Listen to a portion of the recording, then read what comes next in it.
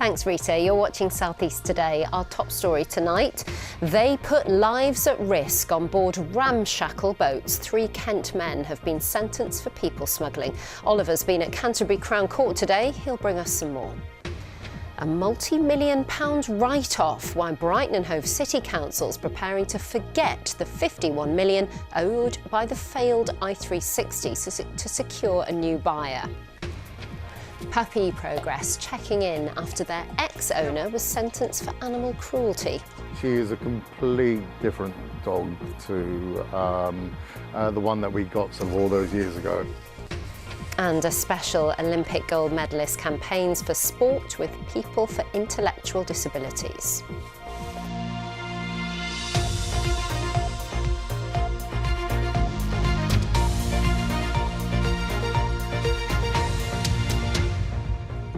Welcome to the programme. I'm Ellie Crisell. 3 men from Kent have been jailed for attempting to smuggle migrants across the English Channel in boats that kept breaking down.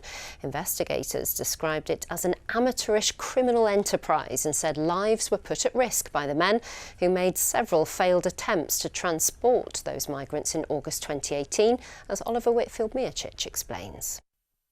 At a cost of £30,000, you might have thought this boat would work fine, but its planned use for smuggling people across the English Channel was scuppered by multiple mechanical problems. 57-year-old career criminal Freddie Lawrence from Folkestone was unaware the National Crime Agency was monitoring his every move, and that of his associates, 64-year-old Paul Giglia from Kent and 63-year-old Keith Bagent from Folkestone. So when they hired a second boat, which then ran out of fuel and broke down, the NCA had the whole thing on camera. At times it was farcical. They used 2 boats that they bought specifically for the purpose that between the 2 boats on various training runs that they did, they broke down, they ran out of petrol, they had to be towed back to the port. So they had very little expertise in terms of piloting boats across the Channel. Eventually, one of the boats did make it to Wimereux off the northern French coast, where 12 Vietnamese migrants tried to get on board, but were detained in August 2018. Pensioner Ronald Scott from Gravesend, who was in charge of the vessel, was jailed by the French authorities. In court this morning, defence barrister Catherine Kelleher, representing Freddie Lawrence, said her client may have been a yes man or a right-hand man, but he wasn't the leader. She said the leader had been arrested in France. However, His Honour, Judge Fowler KC, disagreed. Addressing court, he said, "It is apparent the primary purpose and only purpose of this conspiracy was a money-making venture, seeking to run boats over the Channel to collect migrants at night time." Lawrence was handed a 7.5-year sentence, while Bagent was given 3 years and 9 months and Giglia 3 years and 4 months. The judgments were welcomed by Dover MP Mike Tapp. It's really good to see these vile criminals going to prison. And the more we put in prison, the more of a deterrent we create for others who are trading in human misery. So this is a really, really important conviction today. Since 2018, more than 150,000 people have crossed from France in small boats. In comparison, the number of people smugglers who've been caught remains far lower despite pledges from successive governments. The authorities hope these latest convictions will show it isn't afraid to act tough, even if it does take 7 years to bring people to justice. Well, our reporter Oliver is live at Canterbury Crown Court for us this evening. Oliver, court delays meant that their sentences were reduced? Yes, Ellie, many of our viewers will be aware that there are often quite long delays within the justice system, and where that happens, judges at their discretion can reduce sentences. So for Freddie Lawrence, for example, he was originally given a 10-year sentence, then he was given a 10% reduction, taking it down to 9 years, and then down to 7.5 years due to other mitigating features. Meanwhile, the Border Security Minister, Dame Angela Eagle, says that the government is intent on disrupting the people smugglers and making the borders secure. Oliver, thank you. The council in Brighton and Hove is preparing to write off more than £51 million worth of debt owed by the I360. The move will be discussed at a meeting on Thursday to clear the way for a sale to a prospective buyer. The council say it's disappointed not to recoup more of taxpayers' money, but there is potential for them to receive a future share of revenue. Well, Peter Whittlesey is live in Brighton for us this evening. Hello, Peter. You've been gathering some views on this latest news. What have people been telling you?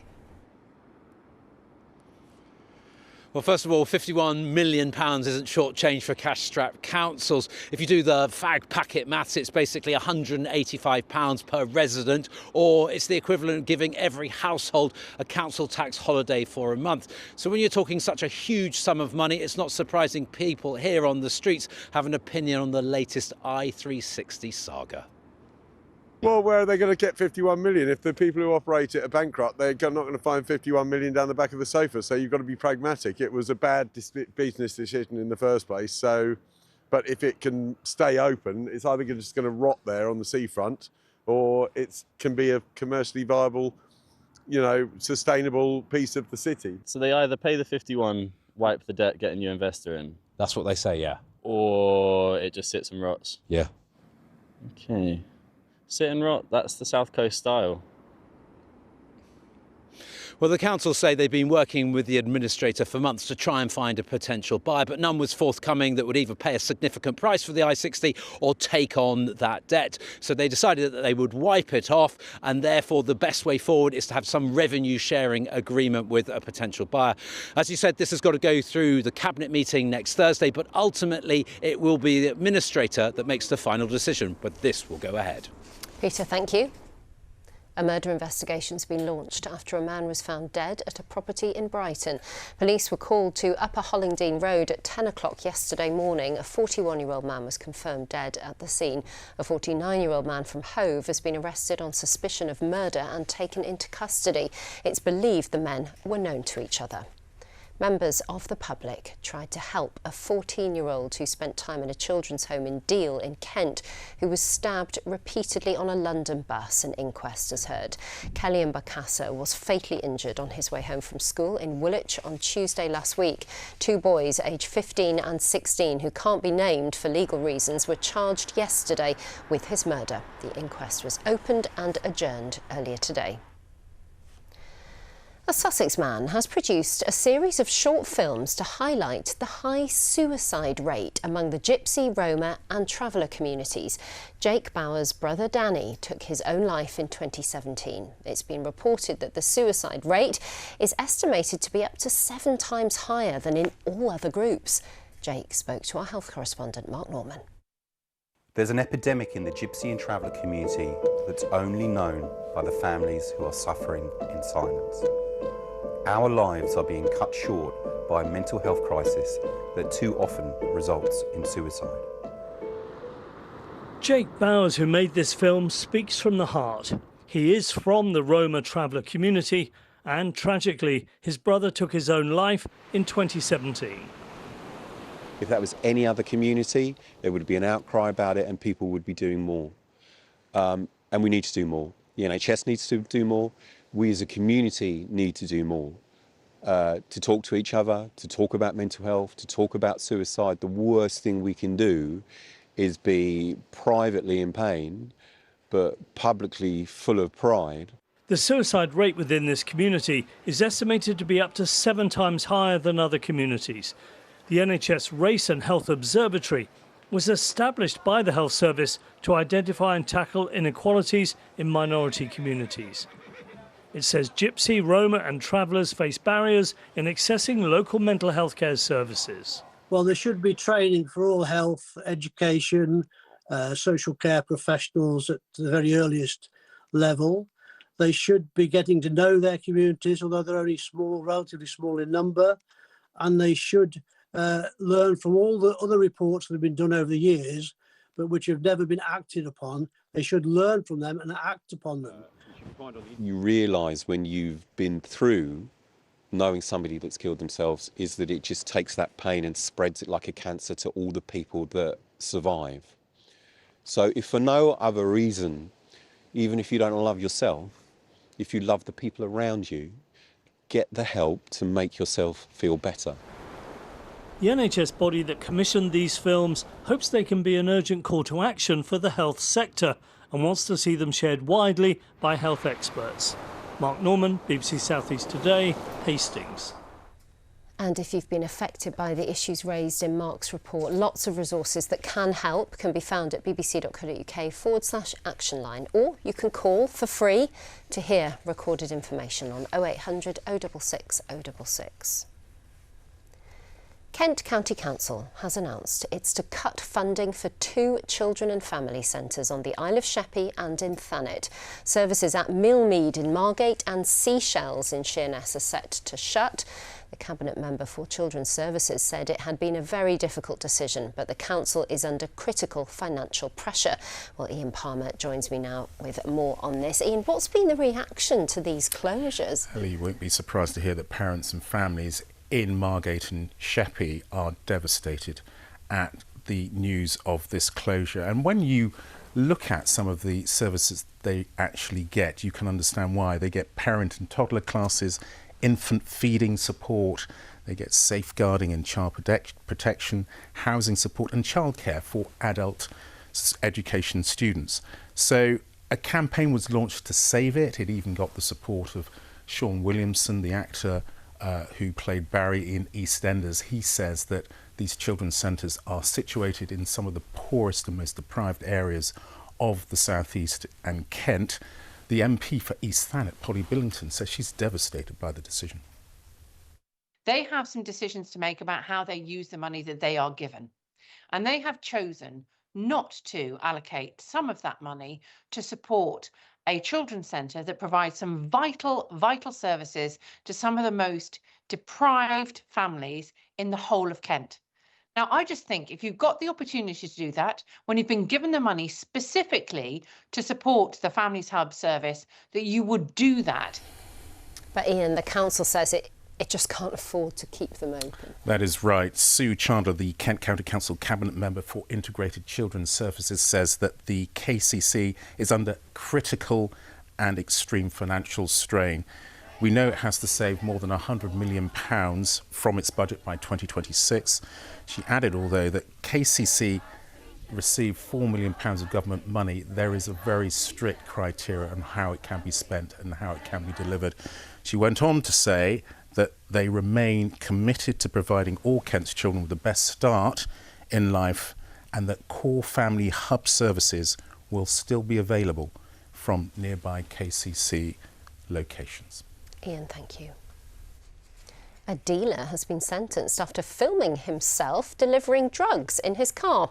Videos were found in the phone of 20-year-old Regis Colsey after police caught him dealing cocaine in Maidstone town centre. After searching his vehicle, officers seized the drugs, cash and 2 knives. Mr Colsey pleaded guilty to 3 charges and received a 2-year suspended sentence. In the summer of 2021, 35 puppies were rescued from a caravan in Eastbourne where they'd been living in a state of squalor. Their owner, Michaela Anderson-Letts from Sussex, was convicted of causing unnecessary suffering to animals and last week was handed a 2-year suspended prison sentence. So what happened to those puppies? Fiona Irving, who's been following the case, has been to see how they're doing now. Oh, look at that. Oh no, they're so thirsty. Dehydrated, starving and just weeks old. When they were found, these puppies suffered from infections and infestations. One, a dachshund, didn't survive. Eddie, come here. But the others were all rehomed. Sit. Meet Eddie. He was one of the sickest puppies taken from the caravan. For a while, it was touch and go whether he'd live. He was the next one that was probably not going to make it if there was going to be another death. We got him and he had salmonella, he had some joint issues going on, he had ringworm, so there were spots in his fur where it was falling off, blood when he went to the toilet, all round just not great. This is Pepper. Now 3.5, this feisty dachshund was hospitalised for weeks after her rescue. She had Campylobacter, which is a bacterial infection that's resulting from having lived in faeces and eating raw food. It gives them sickness, diarrhoea, and just general really unwell. Michaela, open the door, please. Puppies were in hot demand in lockdown. Michaela Anderson-Letts was smuggling them into the country via Dover and selling them without a licence. In 2020, many were rescued from her house in Surbiton, including Pudding, the emaciated boxer pup who's now 4.5. She really was skin and bones. You know, her skin was hanging from her. Her ribs were bursting out. Her hip bones were sort of still well on display. And she continued to really have quite significant health problems, I would say, sort of for the first 18 months with us. Despite their rough start in life and the thousands spent on vet fees, all the dogs are now doing well. She's loving life. She's enjoying every minute. She is a complete different dog to the one that we got sort of all those years ago. He's a gentle little giant dog. He just he just wants food, he just wants sleeping, and he just wants to play, and that's, yes, I know. Puppies that have at last found love. Fiona Irving, BBC South East Today. Oh, very sweet, aren't they? Now, it's almost 10 to 7. A reminder of our top story tonight. 3 men from Kent have been jailed for attempting to smuggle migrants across the English Channel in boats that kept breaking down. Investigators described it as an amateurish criminal enterprise. Also in tonight's programme, from the army to art, the work of soldier-turned-visionary textile designer Tadek Butlik exhibits for the first time in a quarter of a century in his hometown, Ditchling. And the weather this week has been dry, cloudy and mild. Our weekend forecast brings little change, but it will be turning much colder. I've got the details later in the programme.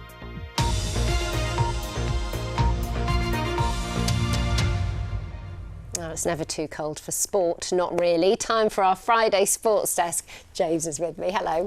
Hello, yeah, lots to look forward to this weekend. But first, I've been talking to a tennis player from Folkestone who won gold at the Special Olympics, and he's campaigning for sports sessions for people with intellectual disabilities. Adam Brownsword, who trains in Canterbury, has autism and ADHD, and he's been appointed onto the Special Olympics leadership team to represent athletes and enact change. He says targeted sessions could remove barriers and improve the lives of many who would struggle to learn in a typical way. Tennis is more than a sport for Adam. It's something that's changed his life as a player, a coach and a gold medal winner at the Special Olympics in Berlin. How did that make you feel? Oh, amazing. I've never felt anything like it. It's like the best 2 weeks of my life. Adam plays at a high level and competes in some mainstream competitions, but training can be tough. I have autism and ADHD. How does that affect you? I find it really hard to focus sometimes, and I struggle to take some stuff in, and it takes me longer to understand things. Unlike the Paralympics, the Special Olympics is a non-elite competition. It focuses on people with intellectual rather than physical disabilities, giving them a chance to compete. It means everything. It's freedom, it's inclusion for a huge number of people with an intellectual disability. Social isolation is a real challenge. By doing sport, they're making friends, they're building relationships that they may not have the opportunity to necessarily do if they didn't take part in Special Olympics. Adam's recently been appointed to their leadership programme to represent athletes. He's rallying clubs to introduce tailored sessions for people with intellectual disabilities and explained why they need a different approach. Because I don't think there's a pressure to keep up with everyone else in a group. You can do it at your own pace, and it needs to be based on them. And I think that's different from normal coaching. It sometimes follows of what you want to teach people.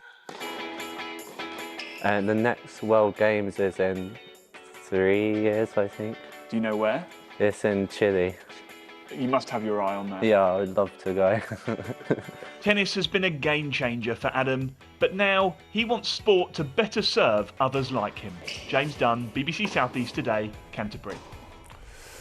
On to some football now, and Brighton and Hove Albion are back to winning ways in the Premier League. It was goalless. We are happy about the win. Of course, we suffered a little bit during this period, and this win should give us belief, should give us self-confidence. And now we have to do a quick regeneration, and then we have to prepare for the next challenge. Well, they face Man United on Sunday. The women's team are playing tonight. They're away against Liverpool this evening at 7 p.m. Their first match in the Women's Super League since December the 14th due to the international break. In League One, Crawley have a crucial match against relegation rivals Burton Albion this weekend. Crawley are 22nd, Burton 24th. That is rock bottom of the league, so really important one for the West Sussex side. Gillingham face Doncaster in their first match under the new manager John Coleman. That's at 12:30 tomorrow, and as ever, Ellie, full commentary of that on BBC Radio Kent. Thanks very much, James. Thank you. Now, from the army to art, a soldier turned textile designer whose visionary and innovative work earned him an MBE. Tadek Butlik was based in Ditchling in Sussex for much of his life, and now the first exhibition dedicated to his work in the UK for 25 years is just about to open its doors in the village. Leanne Rinney went to take a look. Bold, bright and unconventional, Tadek Butlik is known as one of the world's leading textile artists, but not many people know that much of his work was created here in Ditchling. Butlik was offered the opportunity to buy the house and studio of Ethel Mary, who was a very successful and important weaver and natural dyer, who built the house and studio in 1919 here in the village. And when she died, she'd wanted it to become a school for weavers, but that hadn't really been practical. And so the trust who owned the house decided they would sell it to a weaver so that it would remain a centre for weaving. And I think for Butlik, it was a fantastic opportunity to take on a huge studio, and that enabled him to develop his work into the gigantic pieces that you can see here in the sort of Ditchling section of the exhibition. Butlik loved experimenting and developed a style that blurred the lines between fine art and craft. So if you untangle it, and I'll show you how to start it. Julie Rignall is a local artist who's created a textile installation for the exhibition which encourages visitors to get creative. My brief was to develop a piece or an installation that would involve people locally in some of either the inspiration that Tadek had in his work or some of the techniques that he's used. And I've tried to sort of bring that together by using partly some of the materials that he loved, but to tie it to the local area by just using materials that are directly from around Ditchling. So all these seed heads have been either donated by local gardeners, been harvested from the hedgerows around Ditchling. And then the idea is as that spiral gets filled up with flowers, it will get more colourful as the seasons change. Tadek Butlik, on and off the loom, is open at the Ditchling Museum of Art and Craft until June the 22nd. Leanne Rinney, BBC South East Today. Now, another creator, because TV chef Rosemary Schrager has become the latest guest editor on BBC Radio Kent. Schrager's featured in cookery shows and reality TV programmes for more than 25 years, including Ladder to Lady, The Real Marigold Hotel, Royal Upstairs Downstairs, and I'm a Celebrity, Get Me Out of Here. She enjoyed her editing stint on BBC Radio and told listeners about her next adventure. It's the cycle ride. I've been wanting to do it for 5 years, and so I found a sponsor, Hendy's Trust. Hendy's Trust is a charitable trust, which is incredibly important. All the money, every single bit of money goes to food poverty, all sorts of things. And you can hear her programme again on BBC Sounds. Just search for BBC Radio Kent's Wake Up Call with Anna Cookson. Time for a look at the weekend weather. Nina is with us. I don't know why I'm smiling, because it's going to be cold again. It is. It's going to be colder than it has been this week, but we're not returning to the extreme cold of last weekend, where we had those hard frosts and daytime temperatures staying really, for some of us, around about freezing. But for the last couple of days, it's been really mild and pretty cloudy, with scenes like this from our Weather Watcher pictures today, and will continue as we go through the weekend weather to keep the overcast skies. But whilst we have had temperatures a little above average, certainly through midweek we saw highs of 10 degrees. This weekend, temperatures are on the way down. Some colder air starting to develop, but you can still see a lot of that cloud with us through Saturday and Sunday. It is staying dry at the moment, all of those weather fronts out to the west, as that high is pretty well established across the UK.